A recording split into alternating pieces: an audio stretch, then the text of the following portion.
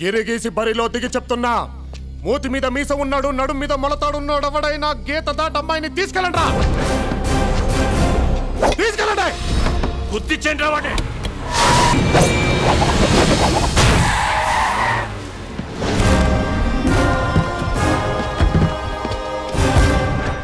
ఎవడ్రా నువ్వు?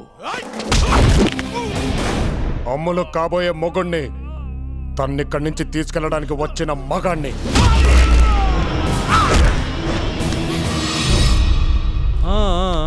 అచ్చా అచ్చా, దీనికి పెళ్లి కుదిరిందని చెప్పారు.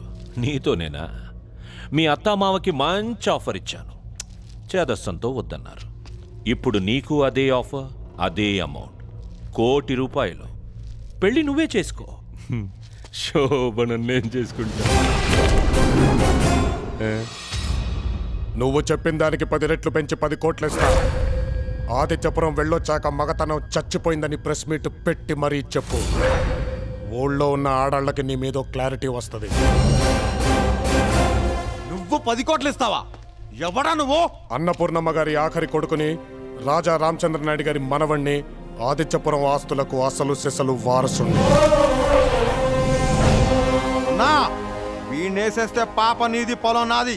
రేయ్, నిన్ను ఎన్ని రకాలుగా చంపాలో అన్ని రకాలుగా చంపుతాను రా. చంపడంలో నాకు స్టేట్ రికార్డు ఉందని మా నాన్న అంటుంటాడు. ఏంట్రా రికార్డులన్నీ రికార్డుల గురించి నా దగ్గర మాట్లాడుతున్నారు? నిక్కర్లేసుకునే వయసులోనే రికార్డులన్నీ మడతేసి జేబులేసుకున్నోడిని. నీకు చంపడంలో స్టేట్ రికార్డు ఉంటే నాకు నరకడంలో వరల్డ్ రికార్డు ఉంది. అమ్మ తోడు. వద్దు, అక్కడ దాకా తీసుకురావద్దు.